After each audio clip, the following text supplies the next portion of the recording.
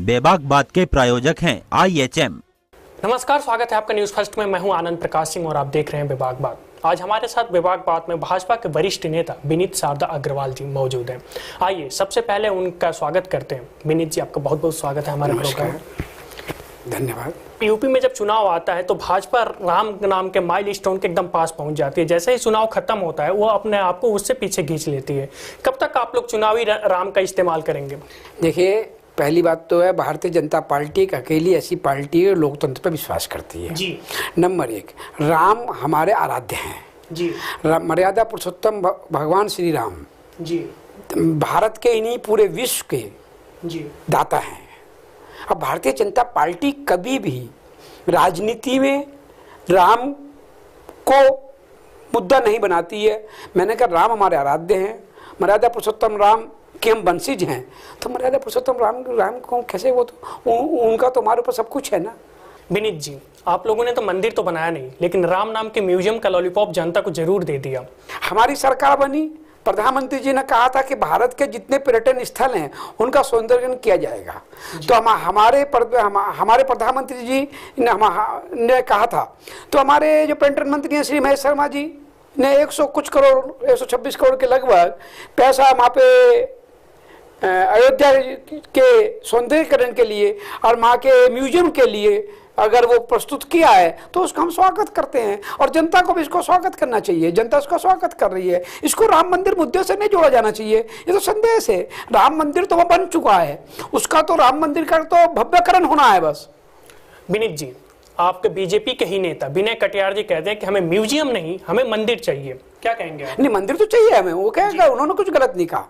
विनय कटियार जी के कन कन में राम है और वो उनका भी क्या, भारत के 125 करोड़ जनता का सपना है कि अयोध्या में मर्यादा पुरुषोत्तम श्री राम का मंदिर बने। जहां मर्यादा पुरुषोत्तम श्री राम ने जन्म लिया, अगर वहां मंदिर नहीं बनेगा तो क्या पाकिस्तान में बनेगा? विनीत जी, आपको याद होगा 2.5 दशक पहले जब राम मुद्दा उठा था तो उस समय अटल जी लिबरल थे और जबकि पीएम मोदी आडवाणी जी के साथ कट्टरवादिता की राजनीति कर रहे थे। आज 2.5 दशक बाद पीएम मोदी लिबरल हैं और जबकि बाकी विनय कटियार, महेश शर्मा कट्टरवादिता की राजनीति कर रहे हैं। तो आप लोग समाज में जहर घोलने का काम क्यों कर रहे हैं? ये जहर फिर गलत है। पहली बात तो हमारे यहाँ कट्टरपंथी वाली बात नहीं होती। हमारे चाहे माननीय श्री लाल कृष्ण आडवाणी जी रहे हों, कभी कट्टरपंथी की बात उन्होंने नहीं करी। हमारे चाहे वर्तमान के हमारे जन जन के नेता जी, देश के लोकप्रिय प्रधानमंत्री श्री नरेंद्र मोदी जी हो, नरेंद्र मोदी जी कभी कट्टरपंथ की राजनीति करते। नरेंद्र मोदी जी का सपना हमेशा यह है कि भारत विकसित हो और मेरे भारत का नाम विश्व पटल पे, विश्व गुरु के रूप में स्थापित हो।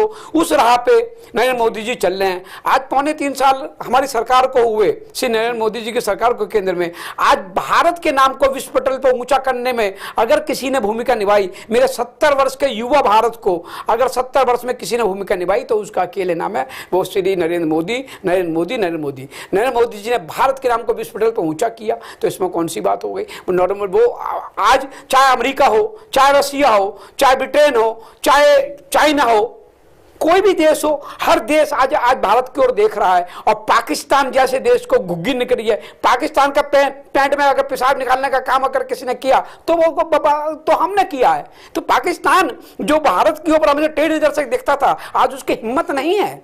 जी विनीत जी, अभी आपने कहा कि आडवाणी जी कट्टरवादिता की राजनीति नहीं करते, मोदी जी कट्टरवादिता की राजनीति नहीं करते, लेकिन विवादित ढांचा गिरने के बाद आडवाणी जी ने नारा दिया था कि मंदिर वही बनाएंगे जहां रामलला का जन्म हुआ है। क्या ये कट्टरवादिता नहीं है तो और क्या है? इसमें कट्टरवादिता कहां से आ गई? मैंने कहा जब मेरे जो मामला सुप्रीम कोर्ट में चल रहा है उस पे आप बयान दे रहे हैं, ये कट्टरवादिता नहीं है तो और क्या है? कैसे मान लूं मैं? जी, अरे भैया, मैंने पहले कहा अदालत का सम्मान है जी। अदालत जो निर्णय लेगी वो सबको मान्य होगा। मंदिर तो वही बनेगा भैया।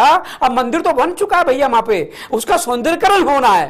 मंदिर कोई अदालत नहीं रोक रही है। अदालत के निर्णय का हम इंतजार कर रहे हैं, अदालत के फैसले का इंतजार कर रहे हैं और अदालत का फैसला करेंगे। और मैं तो कहता हूँ मैं तो कहता हूँ कि मंदिर बनाना है तो मैं तो व्यास समाज के उत्तर प्रदेश के अध्यक्ष हूँ। मैं तो उत्तर प्रदेश के व्यास समाज के लोगों से अपील करता हूँ, व्यापारियों से अपील करता हूँ कि अपनी आमदनी का 25% राम मंदिर बनाने में उसको सौंदर्यकरण करने में लगा दीजिए। जितनी हमारी आमदनी है 25% पैसा उसमें लगाइए। अरे राम के नाम पर 25% से ही क्या दिक्कत है? जितनी मेरा व्यापारी है, जितना मेरा हिंदू समाज है, अपने आमदनी 25% लगाए तो मंदिर में बहुत बड़ा मंदिर बनेगा, इसमें कोई दो राय नहीं है। जी शारदा जी, मुझे याद है कि आप बीच बीच में नारे देते रहते हैं, हम दो हमारे पांच। क्या है हिंदुत्व का नारा? देखिए जी, देश आजाद हुआ जी, एक विशेष समुदाय मुस्लिम समुदाय 1.25 करोड़ था जी, आज वो 25 करोड़ है। जी, वो कहता है, मुसलमान कहते हैं मैं 1, मेरी 3, मेरे 18। जी, हम कहते हैं हम 2, हमारे 2, अब कहते हैं हम 2, हमारे 1। मेरा कहना है हम जिनके वंशज हैं, हम महाराजा अग्रसेन के वंशज हैं। महाराजा अग्रसेन जी का 18 पुत्र थे, और अगर हम 5 पुत्र भी नहीं कर सकते, 5 बच्चे भी नहीं कर सकते, तो हमारे लिए जीना बेकार है। आज से 20-25 साल के बाद बच्चे 25 साल बाद पूछा करेंगे कि शारदा जी, बच्चे अपने माता पिता पूछेंगे पापा ताऊ कौन होता है, पापा चाचा किसे कहते हैं, मामा किसे कहते हैं, मामी किसे कहते हैं, सारे रिश्ते खत्म हो जाएंगे। क्योंकि जब हम बच्चे ये कर दो करेंगे, मैं कहता हूँ बचपन से मेरी बच्चों को शिक्षा दो कि हम 2 हमारे 5 के सिद्धांत को अपनाओ। एक बच्चे को बचपन से राजनीतिक ज्ञान सिखाओ, एक बच्चे को बचपन से लोहा खरीदना सिखाओ। लोहा खरीदना इसलिए कि अपने समाज की बहन बेटियों की रक्षा कर सके। जब एक माँ एक बेटा जन्नेगी तो कौन माँ अपने बेटे को सेना में भेजेगी? मुझे इसका जवाब दे दीजिए, बता दीजिए मुझे, कौन भेजेगी? और जब माँ एक ही भेजेगी तो किसी बहन बेटी के साथ छेड़खानी हो रही होगी, कौन माँ अपने लाल को बाहर कहेगी बहन बेटी की रक्षा करो? मुझे बता दीजिए। इसके लिए हमको भैया वचनबद्ध होना पड़ेगा, हमको बच्चे करने पड़ेंगे, हमको मजबूती करनी पड़ेगी। छेड़खानी रोकने के लिए हम है या पुलिस है या कानून है? अरे पुलिस है, पुलिस बाद में आती है भैया। पुलिस बाद में, मैंने कहा 14 लाख सैनिक हैं जी, 125 करोड़ का मेरा देश है। जब बच्चे नहीं हो तो सेना में कौन माँ भेजेगी कि मामा भेजो? मैं कह रहा हूं अगर बच्चा ही एक होगा, जब हिंदू बच्चा ही एक करे तो कहां से भेजेगी? आप मुझे बताओ ना। तो क्या सेना में सिर्फ हिंदू के बच्चे जाते हैं? अरे भाई, मैं हिंदू की बात नहीं है, बात जो है देश की रक्षा के लिए आओ ना। कि मतलब भगत सिंह पैदा तो होना चाहिए, भाई मेरा नहीं होना चाहिए, पड़ोसी क्या होना चाहिए? भगत सिंह पैदा हो, अपने आप ही हो, ऐसा एक जज्बा पैदा होना चाहिए। विभाग बात में फिलहाल वक्त हो चला एक छोटे से ब्रेक का। ब्रेक के बाद भी विनीत शारदा अग्रवाल जी से बातचीत जारी रहेगी। आप देखते रहिए न्यूज फर्स्ट।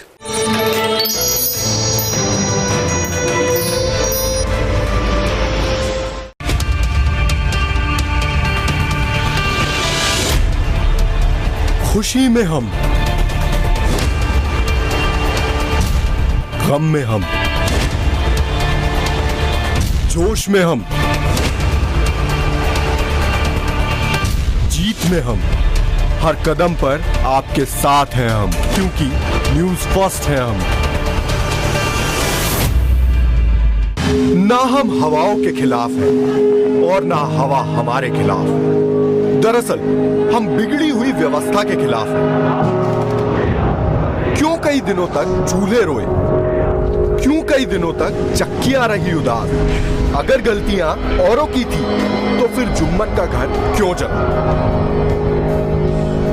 इसलिए हम लाना चाहते हैं इनकलाब, ताकि आप हो जाएं आबाद। ये नजरिया है देश बदलने का। आइए हमारे साथ और देखिए newsfirst.tv, सबसे पहले आप तक।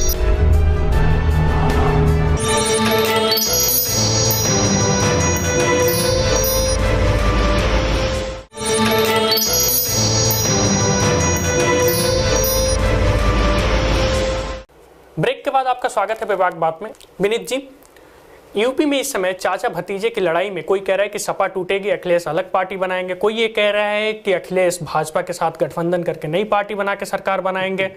और भाजपा हमेशा से आरोप लगाती रही है कि यूपी में क्राइम बढ़ गया है। उत्तर प्रदेश में जब से समाजवादी पार्टी की सरकार आई, जी जी, उत्तर प्रदेश के हालात इन सारे 4 सालों में बद से बदतर हो गए। उत्तर प्रदेश में लूट, डकैती, हत्या, रंगदारी, चोट वसूली, अपहरण की घटनाओं से उत्तर प्रदेश जल उठा। ये मैं नहीं कह रहा। उत्तर प्रदेश में 1800 थाने हैं। 1800 थानों में आप अगर जाकर उनकी रिपोर्ट निकलवाएं तो मालूम चले कितनी रिपोर्टें दर्ज हैं। 9887 उद्योग उत्तर प्रदेश से पलायन कर गया इन सारे 4 वर्षों में। कारण उत्तर प्रदेश में पलायन करने का उद्योगपतियों का, छोटे छोटे कटु उद्योग का, कुछ में इंस्पेक्टर राज का हावी होना, उत्तर प्रदेश बैट की कर प्रणाली ज़्यादा होना, उत्तर प्रदेश बिजली व्यवस्था ध्वस्त होना, कानून व्यवस्था ध्वस्त होना, इस तरीके से 14,723 लूट और डकैती की घटनाएं, 12,772 बलात्कार की घटनाएं, 6 साल की बच्ची से लेकर 80 साल की महिलाएं सुरक्षित नहीं, 13,983 चौथ वसूली और रंगदारी की घटनाएं, 8,942 अपहरण की घटनाएं, 11,432 उत्तर प्रदेश में हत्याएं। तो कहता हूँ कोई उत्तर प्रदेश का कोई कानून होता होगा, यहाँ तो उस कानून की धज्जियां उड़ाई जा रही हैं। उत्तर प्रदेश जंगल राज की भी धज्जियां उड़ाई जा रही हैं। यहाँ तो जंगल राज से बुरा जंगल राज है। हर चीज मैं नहीं कह रहा, जो उत्तर प्रदेश में समाजवादी पार्टी के मुखिया माननीय श्री मुलायम सिंह यादव जी कई बार मंचों पर सार्वजनिक अपने बेटे अखिलेश यादव जी को कह चुके हैं। मैं नहीं कहता अखिलेश यादव जी की ईमानदारी पर मैं कोई शक कर रहा हूं, परंतु जो मुलायम सिंह यादव जी के जमाने के जितने नेता थे, सारे के सारे नेता इनके साथ मंत्रिमंडल में आ गए और सारे उत्तर प्रदेश के 1800 थाने बिके हुए हैं। आज भारतीय जनता पार्टी का सिपाही हूं, भारतीय जनता पार्टी का 2 बार से भारतीय जनता पार्टी लघु उद्योग प्रकोष्ठ और व्यापार प्रकोष्ठ का प्रदेश का संयोजक रहा हूं। इस समय प्रदेश कार्य समिति सदस्य हूं। मैं ये बात वचन से कह सकता हूं, एक भारतीय जनता पार्टी ऐसी पार्टी जो व्यापारियों के मान सम्मान स्वाभिमान की रक्षा कर सकती है। बाकी कोई दूसरी पार्टी नहीं है जो व्यापारियों के, किसानों के, युवाओं के, महिलाओं के, बच्चों के मान सम्मान की रक्षा कर सके। विनीत जी, आपके भाजपा 2 बार टिकट आपको नहीं दी, आपने मांगा था लेकिन टिकट आपको नहीं मिला। इस बार उम्मीद है कि शायद आपको टिकट मिल जाएगी, लेकिन अगर टिकट नहीं मिलता है तो क्या भाजपा छोड़ के कोई और पार्टी ज्वाइन करेंगे? राष्ट्र मेरा धर्म है जी, भारतीय जनता पार्टी मेरी माँ है जी, व्यापारी मेरी आत्मा है जी। मैं अपने राष्ट्र से धोखा नहीं कर सकता, मैं अपनी माँ से धोखा नहीं कर सकता, मैं अपने व्यापारी समाज से धोखा नहीं कर सकता। मैंने मांगा था, आपने सही कहा, 2009 और 2014 में मैंने भारतीय जनता पार्टी से कहा था कि मेरे को लोकसभा का चुनाव लड़ाया जाए। पार्टी ने मुझे नहीं लड़ाया, तो मैंने पार्टी जिनको लड़ाया उनको मैंने मजबूती से लड़ाया, वो जीते। और इस बार पार्टी, आपने खुद ही कहा, पार्टी मुझे लड़ाना जा रही है। पार्टी को पता है कि विनीत शारदा को मेरठ से लड़ाते हैं जी। तो मेरे लड़ने से पार्टी को आसपास की 10-15 सीटों को फायदा होगा, क्योंकि भगवान की दया से मैं वैश्य समाज का उत्तर प्रदेश का अध्यक्ष हूँ, वैश्य समाज का राष्ट्रीय प्रभारी हूँ और मैं व्यापार मंडल का मैं प्रदेश उपाध्यक्ष और मंडल प्रभारी भी हूँ भाजपा के अलावा। तो मेरी एक छवि है, मेरी ईमानदारी पे कोई परसेंटेज नहीं लगा सकता, मेरी संघर्षता पे कोई परसेंटेज नहीं लगा सकता, मेरे काम पे कोई परसेंटेज नहीं लगा सकता। मेरा सुबह से लेकर रात तक का मेरा एक ही जीवन है, वो है जनता, वो मेरा व्यापारी, वो मेरा हिंदू समाज। मैं साफ कहता हूँ। और भैया मैं बाल समाज सेवक हूँ, मैं आरएसएस का बचपन से बाल समाज सेवक को बचपन से शाखाओं में जाता आया हूँ। मेरे को तो जैसा संघ कहेगा, परिवार कहेगा, वैसा करूँगा। रही बात चुनाव लड़ने की, चुनाव पार्टी को लगता है कि विनीत शारदा को चुनाव लड़ाने से फायदा है और पार्टी को लगता है कि विनीत शारदा को चुनाव लड़ाने से पार्टी को आसपास की सीटों को फायदा होगा, तो पार्टी मुझे चुनाव लड़ाएगी। पार्टी मेरे नाम से सर्वे करवा ले, पार्टी को मेरे नाम से सर्वे में लगा कि विनीत शारदा को कुछ लोग 20-25% भी एक विधानसभा में लोग चाहते हैं तो लड़ाए। मैंने तो पार्टी को कहा कि आजम खान जैसे लोग जो देश के गद्दार हैं, जो भारत माता को डायन कहते हैं, जो देश के प्रधानमंत्री को उल्टी बोलते हैं, मुझे आजम खान के सामने क्यों लड़ा? नहीं तो आजम खान की हिम्मत है तो मेरे सामने मेरठ से चुनाव आकर लड़े। मैं सबकी चुनौती आज पार्टी आपके माध्यम से देता हूं आजम खान को। विनीत जी, अभी एक थोड़े दिन पहले मामला है सर्जिकल स्ट्राइक सेना करती है और भाजपा उसको राजनीति की चाशनी में डुबो के अपनी फायदा पहुंचाती है। पहली बार ऐसा हुआ कि पाकिस्तान के आतंकवाद के गढ़ में घुसकर 500 मीटर हमारी सेना के वीरों ने, सेना के सपूतों ने 500 मीटर घुसकर पाकिस्तान के पीओके में उन आतंकवादियों को खदेड़ा और मारा। और मारने के बाद भी पाकिस्तान की चीख नहीं निकलती, पाकिस्तान कहता नहीं हमारे तो 2 सैनिक मारे गए। तो ये मेरे मित्र, ये सिर्फ जीत एनडीए सरकार के साथ साथ ये जीत मेरे उन जवानों की जीत है जिन्होंने ये लड़ाई लड़ी है। हिंदुस्तान में रहने वाला प्रत्येक व्यक्ति हिंदू है और जिसको हिंदुस्तान में रहने में हिंदू कहने में अपने शर्म महसूस होती हो, जिसको हिंदुस्तान में रहने में अपने आप को परेशानी महसूस होती हो, जिसको हिंदुस्तान में रहकर वंदे मातरम कहने में अपने आप को शर्म महसूस होती हो, भारत माता की जय न हो, वो भारत छोड़ के चला जाए, पाकिस्तान चला जाए, उसको भारत में रहने का अधिकार नहीं। जी विनीत जी, जो हमारा संविधान है वो सबको रहने के लिए और सर्वधर्म के लिए है, लेकिन आप कह रहे हैं कि भारत में सिर्फ वही रह सकता है जो हिंदू है। मैंने हिंदू नहीं कहा जी, मैंने कहा जो भारत माता की जय बोले, भारत माता सबकी, आपने सही कहा। भारत माता को डायन कहने वाले भारत में कैसे रह सकते हैं?